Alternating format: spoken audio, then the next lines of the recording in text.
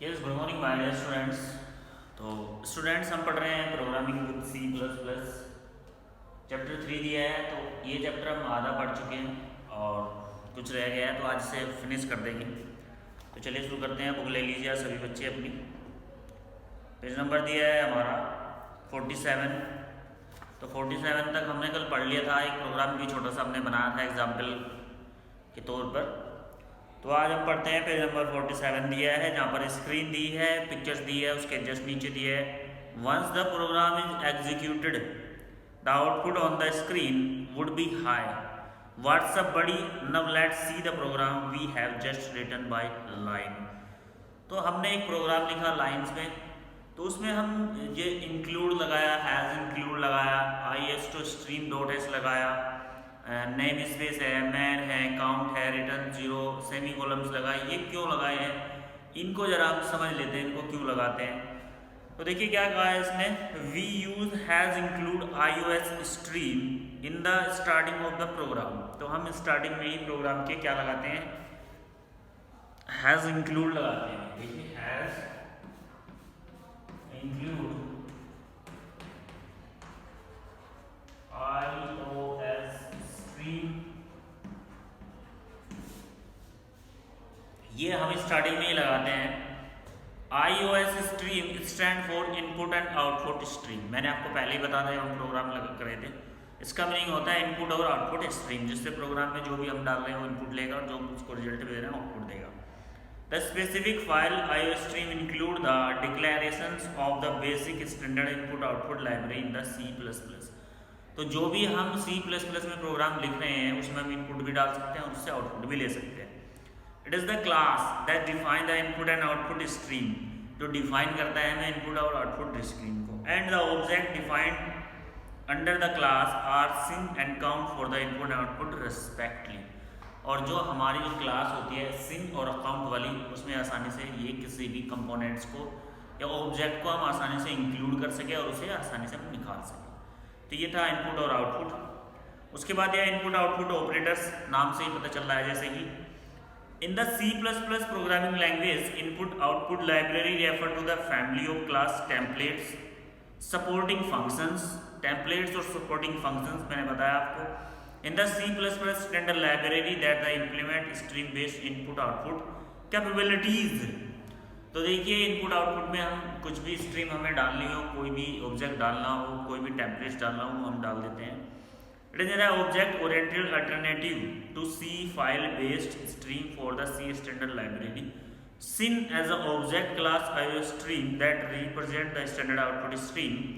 We can retrieve character from the sin as formatting date using extensions operators. तो हम इसमें date time जो हमें डालना है वो हम डाल सकते हैं इनपुट आउटपुट स्क्रीन के थ्रू। उसके बाद नीचे दिया है number 3, using namespace std। एक हम लगाते हैं यूजिंग, क्या लगाते हैं, नेम स्पेस std। ये भी हम लगाते हैं अपने प्रोग्राम में। तो उसका मीनिंग क्या होता है, all the file in C++ standard library declare all it's entity with in the study name space. यानी कि सभी फाइल जो हम इसमें देना चाहते हैं, जो चीज़ हम देना चाहते हैं फाइल से रिलेटेड C++ प्रोग्राम में, वो हम यूजिंग नेम स्पेस के थ्रू डाल सकते हैं, एंटर कर सकते हैं। That is why we have generally include the using namespace std statement in the all program that use any entity defined in iOS stream.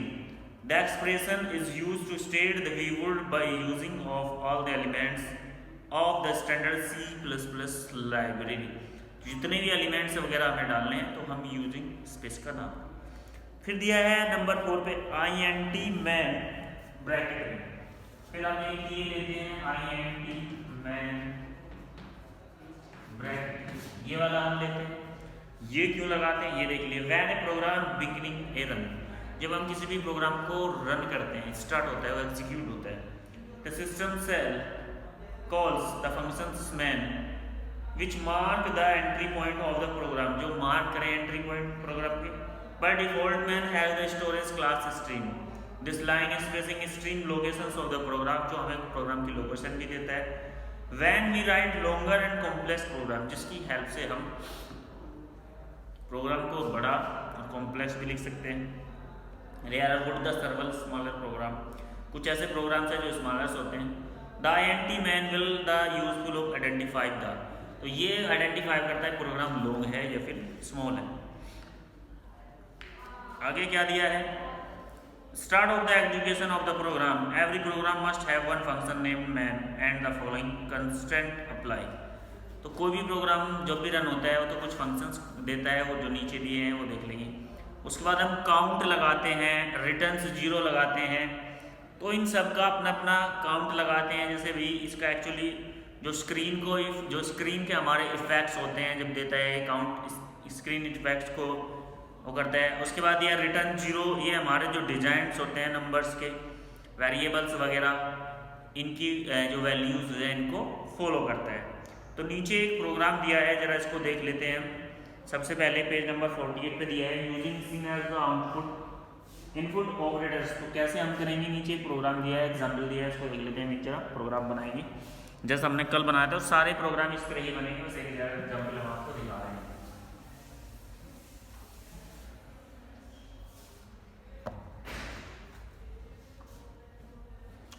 क्या दिया है प्रोग्राम, देखिए सबसे पहले लिखेंगे हैज इंक्लूड, यहां से स्टार्ट कर लेते हैं। हैज इंक्लूड,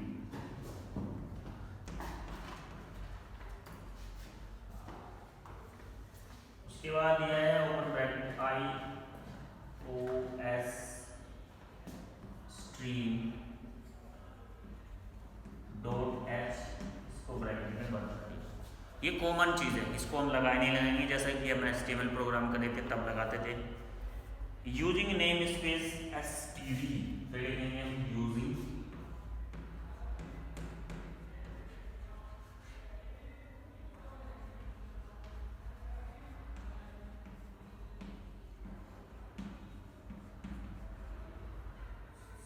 सेमी कॉलम लगाने के लास्ट में, सेमी कॉलम भी इसलिए लगाते हैं कि स्टेटमेंट यहाँ पे हमारा पूरा हो गया है। इसके बाद हम कोई स्टेटमेंट इसमें नहीं देंगे, कुछ भी नहीं ऐड करेंगे, इसलिए लास्ट में सेमी कॉलम लगाया। फिर दिया है INT, एक के इंटीजर मैन,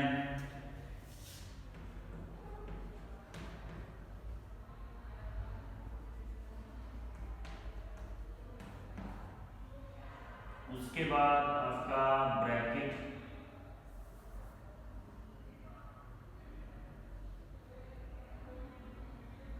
इस तरह का ब्रैकेट हो जाता है ये। फिर इसने दिया है इंटीजर डिक्लेयर करेगा कि हमें क्या लेना है, a double slash declare of the variable data type. तो डिक्लेयर करना है आपको, यहाँ पर लिख देंगे declaration of the variable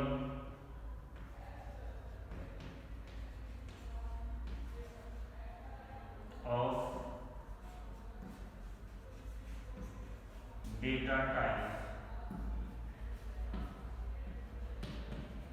INT, integer आ रहा है कैमरे में, चलो यहाँ तक तो आता, तो इधर कट रहा है थोड़ा सा, तो मैं इधर खींच लेता हूँ, इसको यहाँ खींच लेता हूँ, यहाँ सारा आएगा प्रॉपर्ली।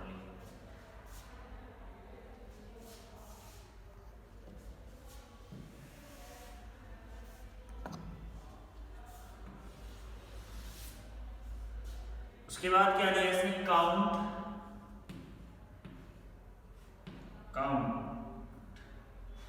डबल और सेमी, दो डबल ब्रैकेट्स दिए हैं। What is your age, what is your name भी लिख सकते हैं, तो हमने लिख दिया व्हाट इज योर एज, ठीक है, what is your age, question mark लगा दिया, क्वेश्चन है ये हो गया यहाँ तक।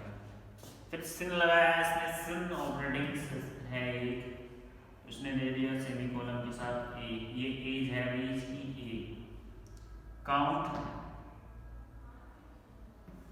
फिर लगा उसके बाद योर इज बता दिया है answer, your is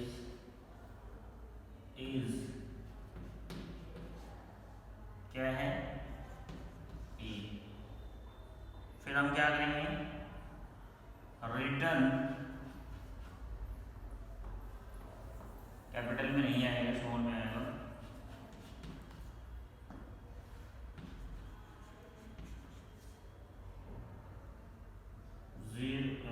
bracket semicolon. इसके बाद हमारा ये वाला जहाँ से हमारा प्रोग्राम शुरू होता है इसको हम बंद कर देते हैं। देखिए एक सिंपल सा प्रोग्राम था जिसमें एज को डिफाइन करना था, एक डाटा टाइप दिया था एज वाला जिसको हमें डिफाइन करना था एज को। तो सबसे पहले सारे प्रोग्राम इस तरह ही बनेंगे, एक दो स्टेप बढ़ जाते हैं, जैसे कि मैंने बताया था HTML में सारे प्रोग्राम ऐसे ही बनते थे।